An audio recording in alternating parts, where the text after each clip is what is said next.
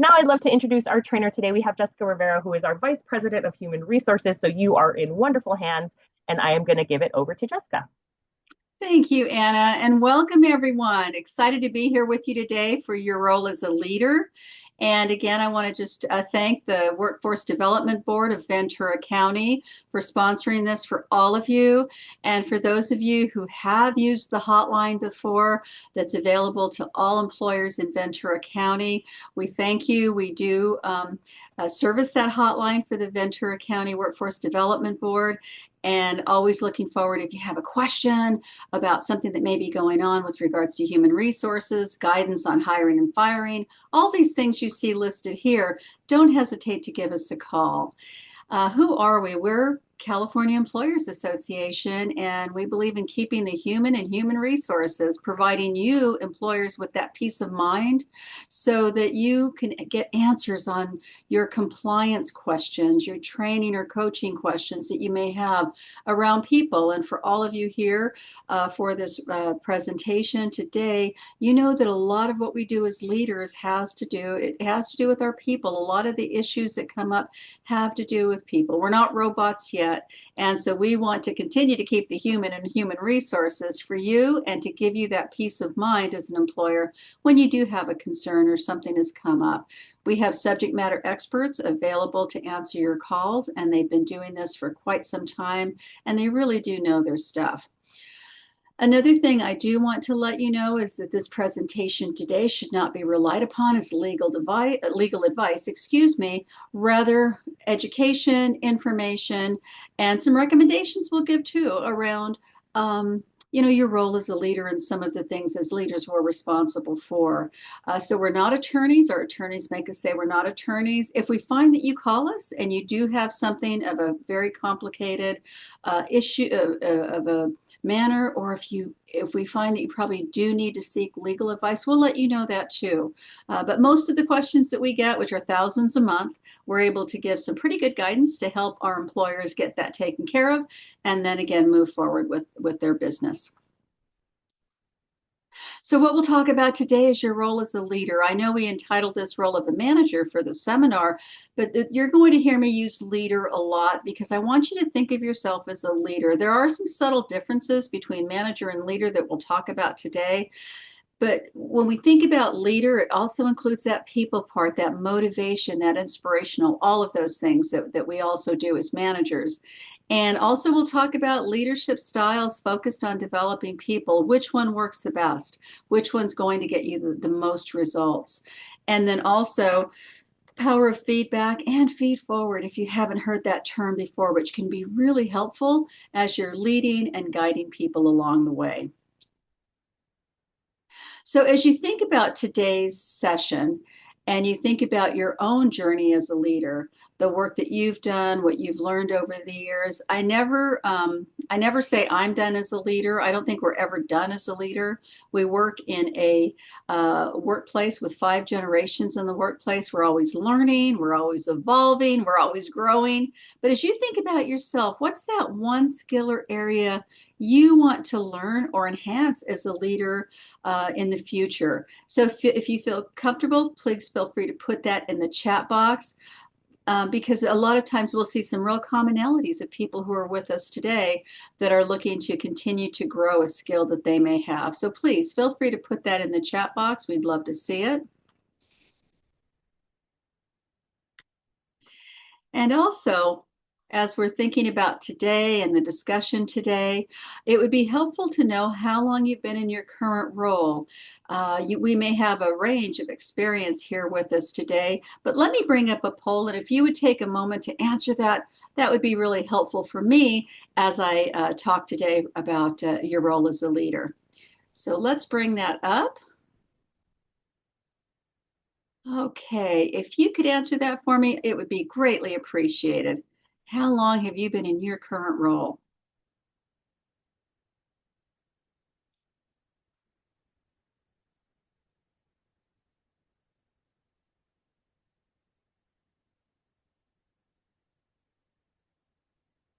Okay, okay, good. Give you another couple of seconds if you haven't had a chance to answer yet.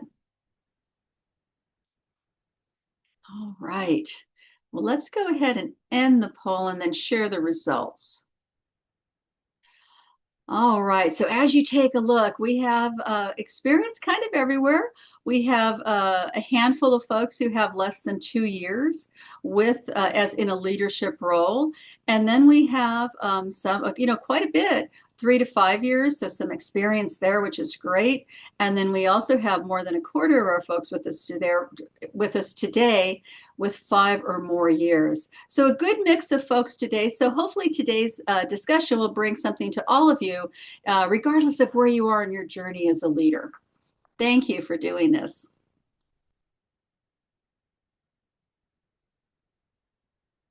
Okay, so a question for you. What's the difference between a manager and a leader? When you think about the best leader perhaps you've ever had in your career, and hopefully you have one right now in your current role, when you think about the best leader you've ever had, what words come to mind for you?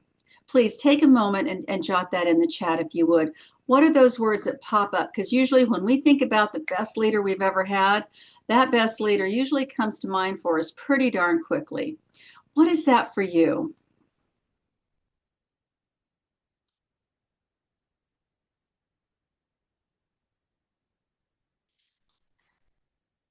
Some of the things that I hear when I ask this question of folks on site, or when we're doing an actual virtual meeting where everyone's online, people will say things like, gosh, words that come to mind for me are they really cared. They showed they cared, empathy, consideration, motivate, inspire. Seeing some, oh yes, transparency. I see that coming up here too. Transparency is a big one. Providing opportunities, developing us, leading by example. Absolutely. Our actions speak so loudly, don't they?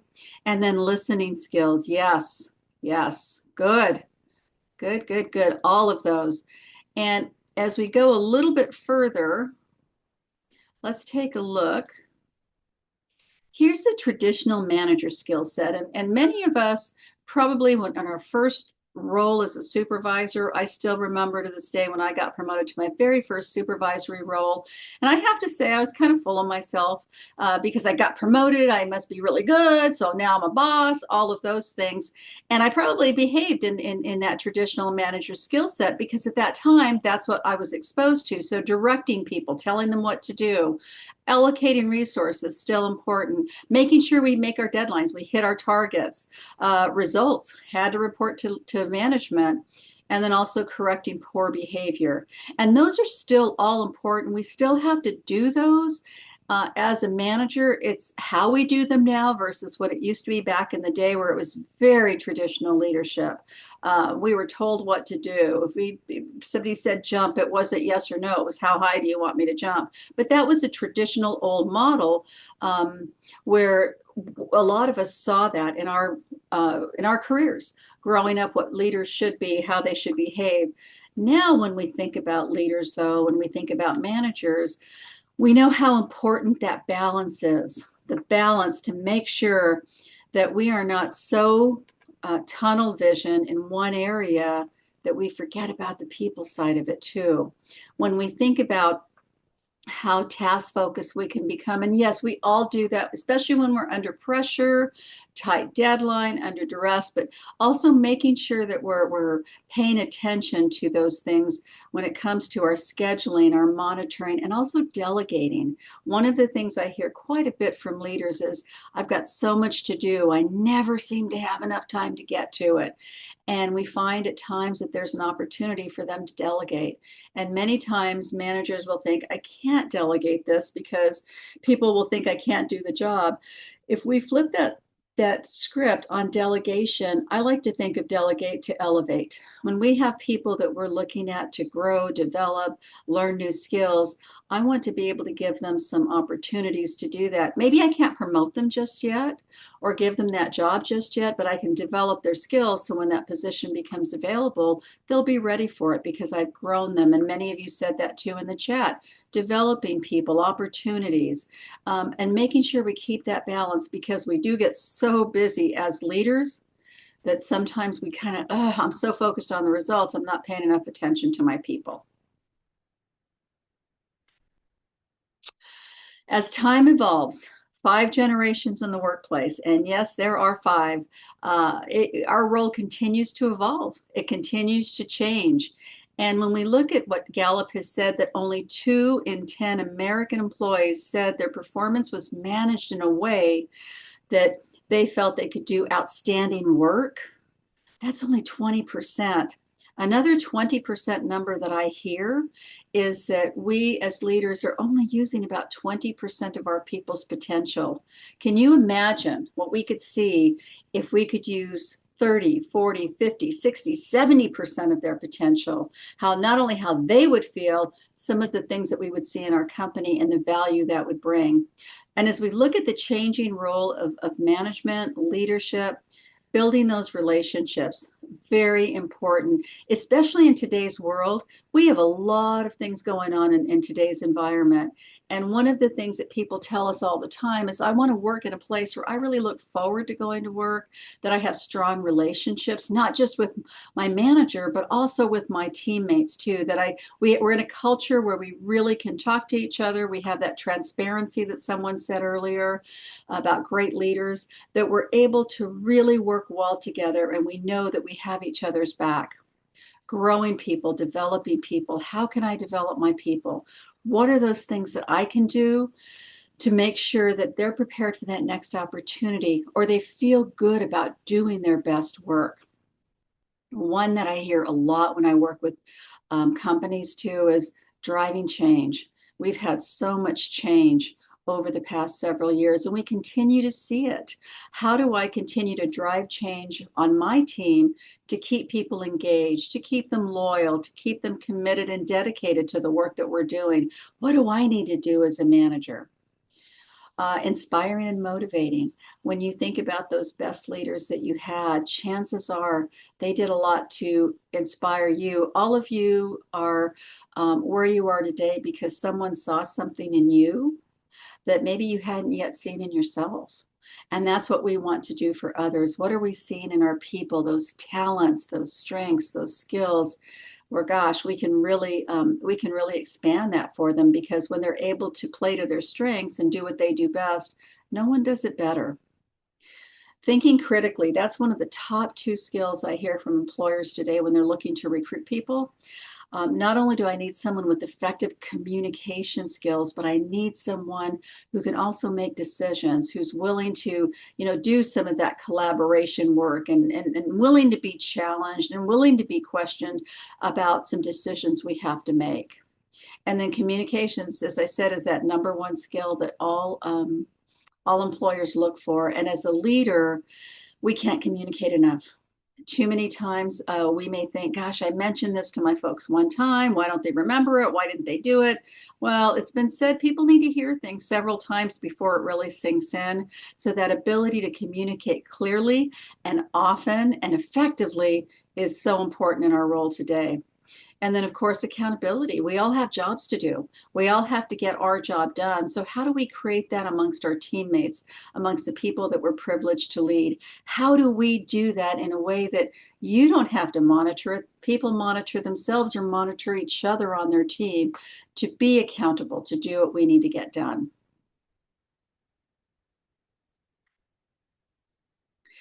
Here's what employees tell us they want at work. And I hear this a lot. When I talk to recruiters, which I do quite a bit, they will let us know, here's what people are asking us, what they're telling us that they want for their next company that they're going to work for. And the number 1 is people first culture. I want a company that talks about their values and they talk about their employees. And they don't just talk about it, but as someone mentioned earlier, they walk that talk. They actually demonstrate it in their actions, meaning that people feel appreciated, they feel valued, they're recognized, they're clear on what their responsibilities are. They know what's expected of them at work. They know what success looks like. They have a future with that company, or at least they can see, maybe not for 10 years, but maybe they know what we're looking at for them. We're developing them in certain areas, at least a year or two ahead. So that's the number one thing we hear a lot about. And we've heard people say before that culture trumps money. Yes, we can make a lot of money, but if we work in a really tough environment, there's not a whole lot of money that's going to make us continue to want to do that and not look forward to going to work and feel good about the work that we do. So also people are saying, I want a coach, not a boss. Those days of telling people what to do and not giving them options or asking them perhaps their opinion on things, those aren't going to work anymore. What people want is they want a coach, someone that asks good questions, someone that helps them think through things and grow their skills and puts them in positions to do that. Emotional intelligence. I don't know if you've heard that term before. Some of you may have heard it. You'll hear me refer to it as EQ. And unlike our IQ, which we're born with, we can't grow that too much more after our early 20s. We're done with our IQ. But our EQ, which is how we handle ourselves, how we conduct ourselves, especially when we're under pressure or stress, is incredibly important because we may be feeling very emotional inside. How are we showing up on the outside? I'm not saying that you should not be able to talk about how you're feeling about maybe something that's gone wrong or something that's happening, or maybe you don't have all the answers right now. But we want to be able to respond to those things versus react. Because when we react, we tend to say things or do things that we can't take back. You can never put that genie back in the bottle. So that's one part of emotional intelligence. The other part is, am I able to pay attention? Do I notice what people, how they're coming across, the cues and clues that they give us? Am I picking up on body language, facial expressions, words that people say, the tone of their voice? Am I able to pick up on that, especially in times of stress or challenging times? And am I able to adjust my behavior to be able to respond and work with that? So emotional intelligence continues to be extremely important. It's been said EQ is more important than IQ in the workplace. Do people have a purpose? Do your folks have a purpose? Do they see what they're able to accomplish and contribute to the company? Are you able to connect that line of sight for them, connect those dots for them? Because everyone wants to have a purpose in the work that we do. We all have our own personal values. Are my values aligned with the company's values?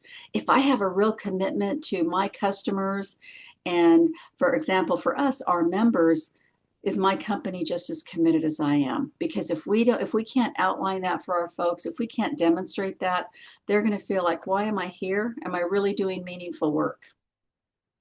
A big one continues to be important is commitment to their health and well-being. Are we doing things when we talk about balancing work, balancing family life? Those days of putting work ahead of everything are long gone.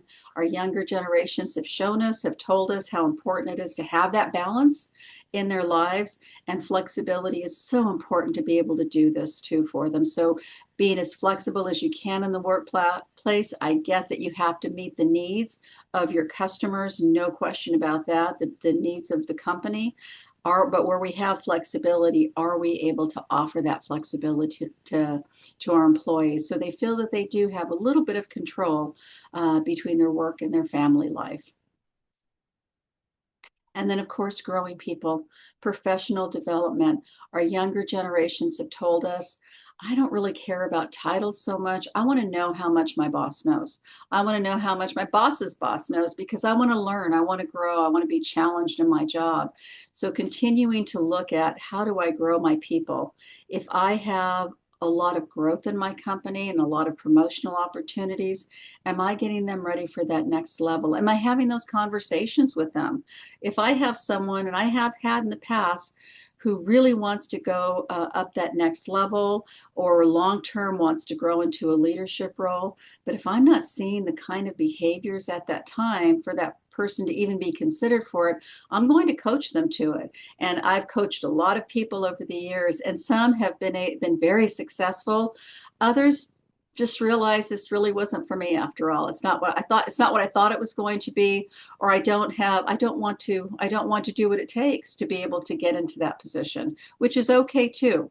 But having those conversations, those transparent conversations with your folks and seeing what they want to do. Some people are great with what they do. They want to stay in the role they're doing. They love it. They're happy with it. It works great for their lives. And that's okay too. Yet those who want to grow and learn and develop, we want to be able to offer those opportunities. And if we're not growing as a company, let's grow them where they're planted. Give them those opportunities to learn new things, to get additional education if need be, so they are ready for that next opportunity when it comes up with your company. It'll make them more loyal, more committed, and more dedicated to the work that they do. So why do employees stay with us? Why do they want to stay? Some research has shown that 34% said they were job hunting because of the company culture, corporate culture, company culture, whatever that was, that they were job hunting because of that.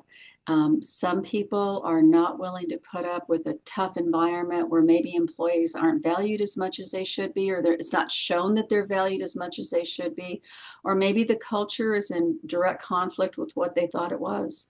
I have had people, when I've interviewed them for roles, they specifically ask, tell me about the culture at the company. Tell me how they handle this, how they handle that. And no question about it, the biggest thing I heard was, are they people focused and are they flexible? Empathy. This is a big one, and this has become more and more important, and it continues to rise to the top when we look at leaders and leadership roles. 92% of employees have said, I'll stay with my company if my leader just shows me more empathy. And what I mean by that, when we think about empathy versus sympathy, sometimes people get those two confused. Sympathy is, for example, someone's stuck in the mud. Sympathy is, okay, you're stuck in the mud. I'm going to get in the mud with you. Empathy is different. Empathy is, I recognize that you're stuck in the mud. Let me help you get out of it. I'm not going to get in the mud with you, but let me help you get out of it. It's that ability that many of us have very naturally. It's just instinctive to us to put ourselves in the other person's shoes, to look at it from the other person's point of view. Some of us may not be wired to be as empathetic as others because it is a natural talent. So if we aren't wired for it, if people have told us in the past, gosh, you really don't show a lot of empathy, or you never look at it from my point of view, something to be aware of as a leader. And sometimes it's, that awareness is half the battle. It's half solved once you're aware of something, and asking yourself if you're finding that perhaps you're starting to get triggered or emotional or starting to feel like I'm going to react. Just stop for a moment, taking that pause and saying, am I looking at it from that person's point of view? I don't understand why Anna is so upset about this. I don't understand why she's reacting this way. Let me take a moment and try to look at it from her point of view. This can be so powerful in keeping your great employees. And then engagement. Over half said if they're not engaged at work, they're going to be looking for new work. Engagement means that I feel really good about the company. I have a voice in the company, values match.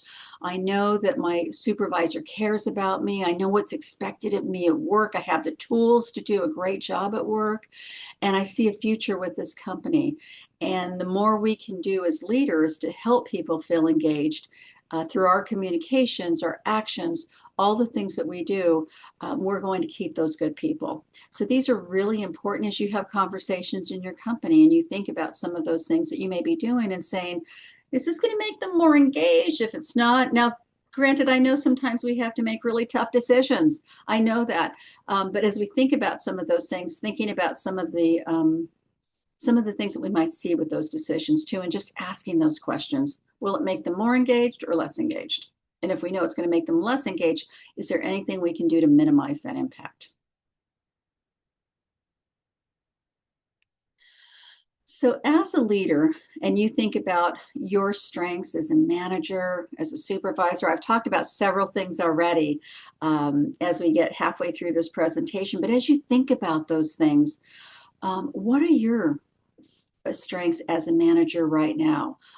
When I talked about what people want, what's important. Think about it. I'm not asking you to share it with me, but I want you to just take a moment and just jot those down for yourself. Because many of you are already bringing a lot of strengths to this conversation. You listed some of you 5+ years in a leadership role. You're probably not the same leader you were 5 years ago as you are today. And you won't be the same leader 5 years from now as you are today either, because we're continuing to evolve. We'll continue to grow communication skills, conflict resolution skills, critical thinking skills, uh, coaching skills, but thinking about it for yourself.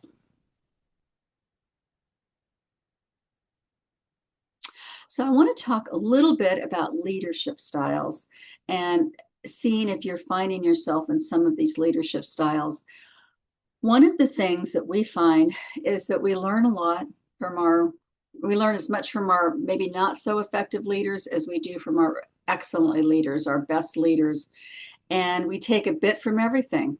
I learned how not to be as a leader from some of my more challenging leaders that I've had over the years. And you might find yourself in some of these too, and getting to that place where, okay, I know where I want to be, how I want to be as a leader. I know how I want to be viewed. I know how I want my folks to refer me as, I'm someone who listens. Somebody mentioned that earlier. I'm someone who is okay if I get a challenge on something, because I want to learn more and I want to continue to make sure we reach the best decision that we can as collectively. So thinking about this as we go through some of these leadership styles. And if you have any questions, as Anna mentioned before, any questions at all, please feel free to put them in the chat. I'm looking at the chat. I know Anna is too, so we want to answer any questions you might have. Okay, in terms of leadership styles, this is one of the leadership styles that we may have experienced over our career. And as we look at this one, they call this a laissez-faire leadership style. This is someone who may have experienced a leader in the past. I know I have. Very aloof, very distant, not so interested in me as an employee, other than what I can deliver, other than my results. And this is also a leader who perhaps didn't really coach much or even recognize any efforts, even if it was an above and beyond effort that employees may have made, just not paying attention to it. Employees didn't really feel like they had someone who was directing their work or giving them feedback or feed forward, and also low involvement pretty much with participation overall with employees. Very little involvement. Usually it would show up if something went wrong, or if it wasn't going in the direction that it was supposed to be going, but very little from this type of a leader. And a question for any of you, have any of you experienced this in the past? The only time, and really we don't see this as much, but the only time that this could be even semi-effective and not as great, because it's not leader, it's just more of a, I have a title, if I'm extreme on this in this category, is if I have a group of really, really experienced people who have been doing the work much longer than I have. They know more than me about the technical side of it. And so I don't really need to do too much. They know what they have to do. Yet, even if I did have that type of a group, it's still important to recognize people. It's still important to let them know that I am paying attention. It's still important to have those conversations with them. So this type of leadership is not very effective. It used to be more prevalent, but we don't see it as much today. This is probably one of the ones that we probably experienced, especially for those who maybe have been in their careers for quite some time. This used to be the type of leadership that we would see authoritarian leaders. And these were leaders where there wasn't a whole lot of discussion on things. There really weren't. It was, I need you to do this or do this or do that. Very little discussion, pretty much telling us what to do. Expected obedience, not would you, do you have a moment? Could you be able to do this by the end of the day? No, more like, I need you to get this done today. Not so concerned about people and their feelings or the people focus that I talked about earlier or the culture, all of those things. Really more concerned about getting the job done at any cost. could be very distant, could be very detached from their employees. Now, I've seen some leaders who may have come across at times distant and detached because not all leaders are extroverts. They can only do, they're very introverted. So sometimes they're uncomfortable. They don't know how to connect with people as much as they can. And that's really important too, as you look at people that you're looking to grow within your organization. They need to have that ability to connect with people, to have conversations with people, to communicate well. Because if they can't do it in the good times, imagine how hard it's going to be when things get tough to have some of those tough communication sessions with your folks when needed. And then also authoritarian can be aloof and arrogant. And then also we have one-way communicators. It's not let's have a discussion. It's not let's talk about this a little bit more. It's like boom, boom, boom, here's what we need to do. And I'll give you an example of one that I still remember when I talk about this type of leadership that I'll never forget. And it was earlier in my career.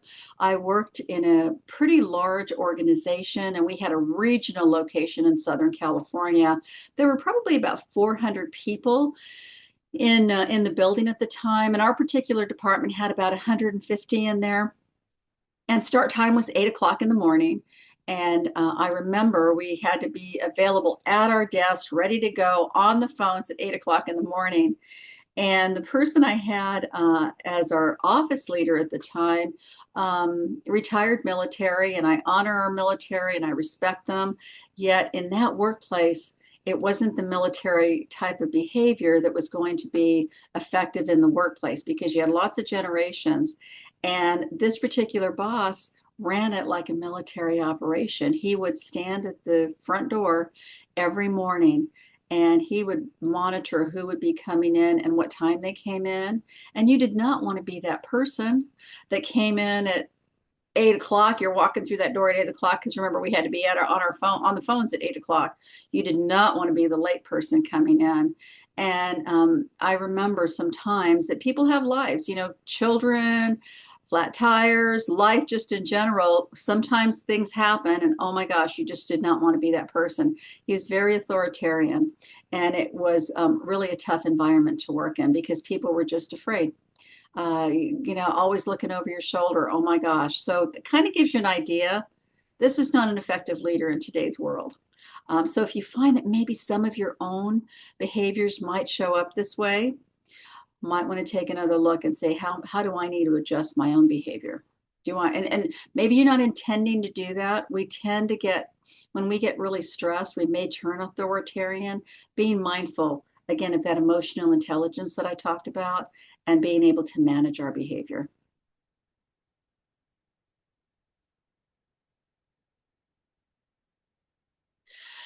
Collaborative leaders. This is the one that's going to be the most effective for you. This is someone that looks to motivate with positivity. When we look for the good versus everything that's wrong, it makes a difference and it expands our view of what's happening in our company. When we can motivate people, when we're paying attention to what people do, and we're saying things like, Anna, great job on that particular project that you just completed, or great job here, or I noticed that you handled that a little differently. Wow, what a difference it made in the overall result. When we pay attention and we're looking for those good things, and we're aware of it, we're going to see more of it. So motivating and making sure that people know that we know what they're doing. Simple things like thank you, appreciate it, great job, being specific with some of those things that you're motivating them with too. And even if they're going through a tough time on a project, taking that time to say, this is common. We see this. This is always, the part that people tend to get stuck on because it's probably the most difficult. But trust me, it will work out. It will work out and we'll get there. But motivating them with that positivity versus doing it in a way that's negative and causes them to feel more self-conscious about something. That environment of trust and respect. One of the things we hear a lot at CEA, and as I mentioned, we talk to thousands of employers every month, is an environment of how people feel. Do they trust each other? True trust. I have your back, you have my back. Do we respect each other? How do we talk to each other? And sometimes we'll find that just because of the generations, some of those things are not viewed upon as, respectful. I may be talking to someone in my company and I think I'm speaking respectfully, but to them, it doesn't matter what I think. What matters is how they're receiving it, right, in our communications. So making sure still using the please, the thank you, creating that trust in our organization as much as we can, and even asking people, how do we feel about trust in our team? What does trust look like to you? How does it show up for you? But I really encourage people, use some of these things that we share in these webinars to have conversations with your folks and asking them what they think. Building those relationships, I touched on that. Taking risks. I want people that I work with to make a call if they have to, because you're not always going to be there to be able to answer questions. You want them to be able to take those calculated risks and as well thought out as they can. As I've always said, if it's not illegal, immoral, unethical, if someone has to make a decision at that moment, I'm going to support my employee for that. We'll figure it out. If it maybe there was other ways to make that call, we'll talk about it, but we'll talk about it for the future. I'm going to appreciate that they made the call to take care of a situation that happened at that time. And then, of course, I talked about delegating and doing it effectively, not just to free up more time for you to get the important things done, but also to grow your people too. Communicate clearly, and those clear expectations for people too, so they know what's expected of them at work.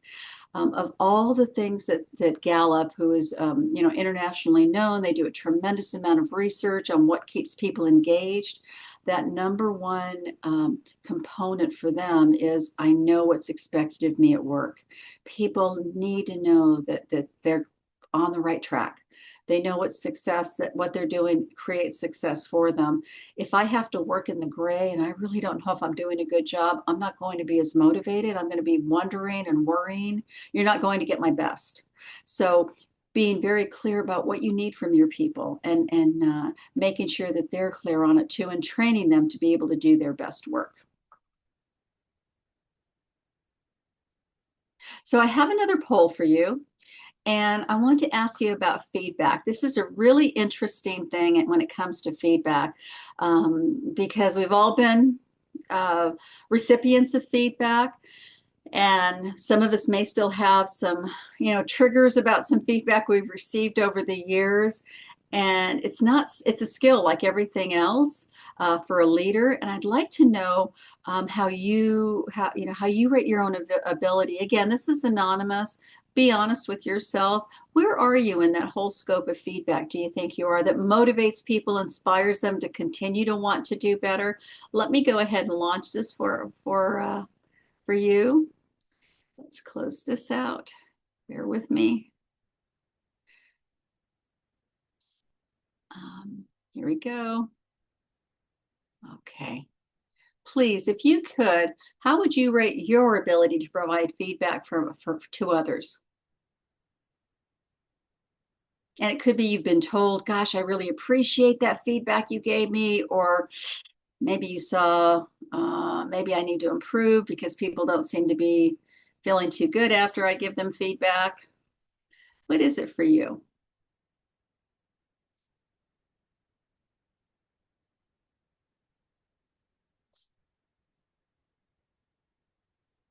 Okay. Anyone else before I end the poll? Okay, good. All right. Let's take a look and see how everyone answered. So the good news is many of you, 41% feel I'm about average. 59% say I'm pretty good at it. I feel like I'm experienced. I'm getting better at it. I'm pretty darn good at it right now. A good thing, I don't see anybody that feels that they're poor or very poor. And then also on the other side of it, we still have some room to grow too. So let me give you a couple of tips that might be helpful as you are doing feedback with your folks in the future. Thank you for participating in that. That's helpful. So when we think about feedback, which is so important when we coach and we're growing people and getting them to do their best work. Four types of feedback to keep in mind. And, you think about negative feedback. A lot of us have been recipients of negative feedback where we feel worse after the feedback than ever before, where it's about our past performance. Let's focus on all the negatives. What went wrong? You did this, you did that, that didn't go well. All of it's negative. There's positive feedback, which we all love, which is, gosh, you did really well here. That showed up great.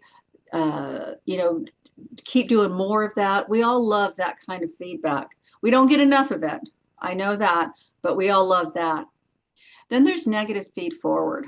And feed forward is when we're not only staying in what you did wrong, but keeping it negative moving forward. So it would be something like, gosh, that presentation, you weren't well prepared, the slides were terrible, and moving forward, if I see any more further slides like that are terrible, or you continue not to be prepared, and it just goes on, not just for what happened, but just in the future, start, just really making people feel worse. We're feeling worse and worse and worse as we get this feed forward, this negative feed forward. Positive feed forward. This is the kind of feedback, feed forward that can really get your folks to that engaged place. And thinking about it, sometimes we have to think about the person who's receiving the feedback. This is so important. Kevin Eikenberry wrote a great book called Buds to Bosses, and he spends a lot of time on feedback. And what's so powerful about feedback is people will remember it either positively or negatively. It will either inspire, motivate them, make them feel really more engaged, versus others their morale is going to drop. You're probably going to see an impact on their performance. They're not going to be feeling as good about their job or the work that they do. But positive feed forward is something like, maybe I did have an employee, let's stick with the presentation, that they had worked so hard on that presentation. Their presentation was well done. And what they hadn't worked on perhaps is the delivery of that presentation. They were so consumed with making sure the slides were good. How you deliver it is also just as important, if not more important, when you're communicating with people. And so maybe they fell flat on the delivery of that presentation. How I will consider giving feedback on something like that is, I may not go right in there with all the feedback and put all my comments on that. I'm probably going to ask them, how do you think it went? If Anna did that, I'd say, she's my colleague at CEI, I'd say, Anna, how do you think that went? Chances are Anna's going to already know that it didn't go as well as expected. Yes, she worked so hard on the slides, worked all these hours to make them look great, but it fell flat in her delivery. She didn't connect with the audience. She's probably already going to be thinking about that, beating herself up over it. We tend to beat ourselves up more than anyone else beats us up when we don't do something as good as we'd like. So I'm going to ask her how it went, and I'm going to listen. I'm going to say, okay, so let's talk about moving forward, how we can improve this in the future. So something I would say to Anna would be, next time you have a presentation, let's take some time. Let's take some time to run it through. Let's make sure we're balancing how you're going to deliver it. What are those most important slides that you really want to hit a home run with?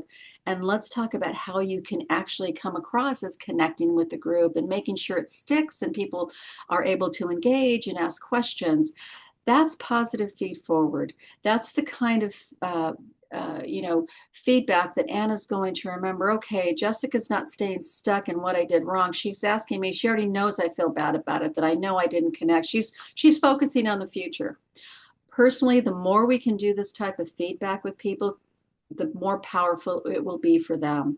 They will give you more than you can ever expect because we're not used to it. We're usually used to getting, the negative, or the negative feed forward. Positive's great. We can do that in the good times, but when it's really going to matter is when people are feeling vulnerable.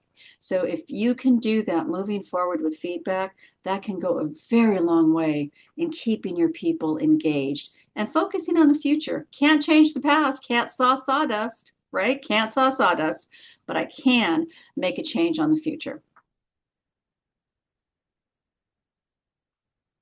So when you do give that positive feedback and feed forward some things to keep in mind, obviously do, be very genuine, authentic about it, sincere. If your body language isn't connecting with what the words you're saying, they're not going to be believing what you're saying. So really be in the right place to give that feedback because people so appreciate it. We don't get enough recognition. We don't get enough positive feedback, but also on the negative side of it, we want to keep it neutral too and have that conversation in a way with our employees so that they are inspired to do better. Be specific.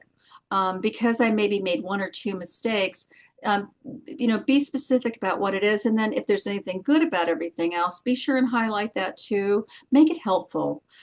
Make sure that they can take some action on what you're sharing with them. Again, looking at it future focused is so important too, because they'll have a chance to do another presentation and you want to continue to grow their skills in that area. Share data. If you have some feedback from customers, if a colleague or something has happened where maybe they noticed something in one of your employees, share that information with them and let them know, someone observed this. Maybe you were talking to a customer and your voice had an edge to it.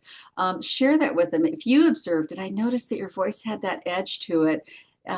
Let's be mindful of how we come across the tone of our voice when we're talking to our customers. Focus on behaviors. Let's not be subjective. Let's be objective with our observations. This is important too. Physical location is so important when you're giving feedback. And maybe you're delivering some tough news for them. And it's going to be it could get emotional. It could be a little bit uncomfortable. Think about the physical location. Sometimes just taking a walk outside, sitting outside to have a conversation. Let's grab a cup of coffee or a cup of tea. Let's just, maybe let's just go to lunch and talk about this. Employees really appreciate having that one-on-one time with you, that uninterrupted, fully present one-on-one time with you. So think about that in some of your discussions. Respect how we do that. Think about how you would want to receive feedback as well as how they'd want to receive feedback. Because they'll remember it. If it's given in a way that really inspires them, they're going to remember that and they're going to want to continue to do better. Timing is really important too. Thinking about the timing of feedback. If going back to that presentation with my colleague Anna, if Anna is really feeling bad about this and just really, she just wants to go home and just think about it and stuff, I'm going to do the timing in a way that's going to work with her and also with me too. Sometimes feedback's not the best at 5 o'clock when we've had a really long day, a tough situation happen. We just need to sometimes go home, sleep on it. Things always look better in the morning. But think about that timing. You don't want to wait too long, but think about the timing out of respect for your colleague, your employee, on how you give that feedback. Because if you're already tired at 5 o'clock and it's not urgent, you can wait till tomorrow. I encourage you, make sure that you give yourself that time and space too, if you need it to think things through.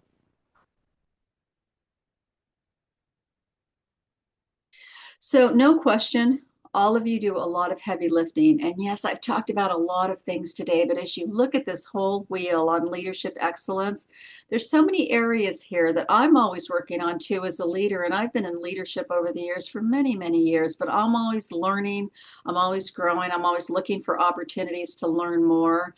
And these are all the things that are important for us as leaders. I've touched on several of them already. One I want to touch on just very quickly in the spirit of we only have a few more minutes left is tone setting. Thinking about the tone that you set in your organization. If I walk into a meeting, for example, am I lifting the energy in that room or am I lowering the energy in that room? We're responsible for that energy we bring into situations and meetings, things of that nature, and asking myself, what am I doing? Am I lifting it or not? And we've all been part of meetings where a leader comes in and boy, it is so tense. You can just cut that tension with a knife. I don't want to be that leader. I want to be a leader that lifts that energy, that makes things better. So asking yourself that too, am I in the right headspace as I walk into this session? Because people are looking at you as a leader all the time. Your actions speak louder than any words you will ever say. And of course, the rest of these things I've talked a lot about too. So, lastly, as we wrap up, thinking about connecting your work to the goals, we talked about connecting those dots for your employees so they can see the true value they bring to your company, that real contribution they make. Treating people as people. Sometimes we get so caught up in digital communications and digital activity, we forget that, gosh, just breaking bread, having coffee, seeing someone on Zoom goes such a long way when I can connect with people in that way. Empower your people. Don't be afraid to let them know you trust them and you know that they're doing a good job and you know they're going to do a great job in whatever you're giving them to do. And then taking that responsibility. We still own all the responsibility for what our teams do. We have to own that, but we are able to do things that really empower our employees. And then also coaching to success. Think about coach, not a boss. Am I asking questions versus telling them what to do? Am I asking the right questions? Do I know what they want to aspire to? What is it they want to do with the company? Am I making it clear what I need from them to do, their expectations at work, coaching them to that success? And then last and certainly not least, so important is everyone, every single one of us on this webinar today, every single one of us as an employee, as a leader, we want to feel valued. We want to know that we matter to our company, to our leader, to our team. And what are those things that you can do? And what are those things you're already doing you should do more of to make your employees feel like they're valued and they're an asset to your company, that you want them to stay, you want them to grow. You want them to keep your company as their company of choice to make their career. So having that conversation with them too, I would encourage you. Ask your people, what makes you feel valued at work? What stands out for you? And find out what that is for your team. So with that, Anna, I'm going to bring you back on to wrap this up for us. Thank you so much, everybody. It's been a pleasure. And if you still have any questions, feel free to leave them on there. We have a few minutes I can answer them. Thank you so much. All right. Ooh, take a sip of tea or water, Jessica. That was amazing. Thank you so much. I do want to draw your attention to that slide. If you are joining us for continuing education credits, your codes are on the screen right now. So HRCI code 730864, SHRM code 26-S43EV. You can always reach out to us at ceainfo@employers.org or call your Ventura County hotline. We're more than happy to guide you through what to do with those codes. I do want to also drop a link into the chat for you. This is our next training coming up on March 11. Be a coach, not a boss. Oops. I could copy paste, that would be even better. There we go. I just dropped that into the chat for you. That is the link to, again, be a leader, be a leader, not a boss, coming up on March 11th. This is a wonderful training, and we really encourage you to register for this one and join us. Complimentary compliments of Ventura County Workforce Development Board. I do want to also get your so sorry, something is happening with my browser and it's not letting me copy and paste. So if you want to get over to that that survey that I mentioned at the top of the hour, there is a QR code at the top. I'm trying to drop the link into the chat, just like I said I would for you. Sorry, my friends, there you go. Share your feedback here. I'm dropping the link to the chat. It finally chose to work with me. So you can either drop that, you can either click on that link in the chat or click on that QR code, but this is a very brief survey that you're able to share your feedback and also suggest some topics for future trainings. And with that, I think that takes us to the end. I don't see any questions in the chat or the Q&A. So just another reminder to take note of this complimentary HR hotline for employers like yourself and HR professionals. We would love to chat with you again Monday through Friday, 8 a.m. to 5 p.m. Pacific. We love to work with you on the next training in March. And please look for an email from me shortly this afternoon with a PDF of the slide deck, just in case you were not able to download it from Zoom because of security settings. More than happy to make sure that you have it one way or another. So look for an email from me shortly. Thank you again, Jessica, for sharing your time with us. Thank you all for joining us live. And then thank you to Cynthia and the entire team over at Ventura for helping us produce and make this event happen for you all. We look forward to seeing you next month. Thank you all. Cheers.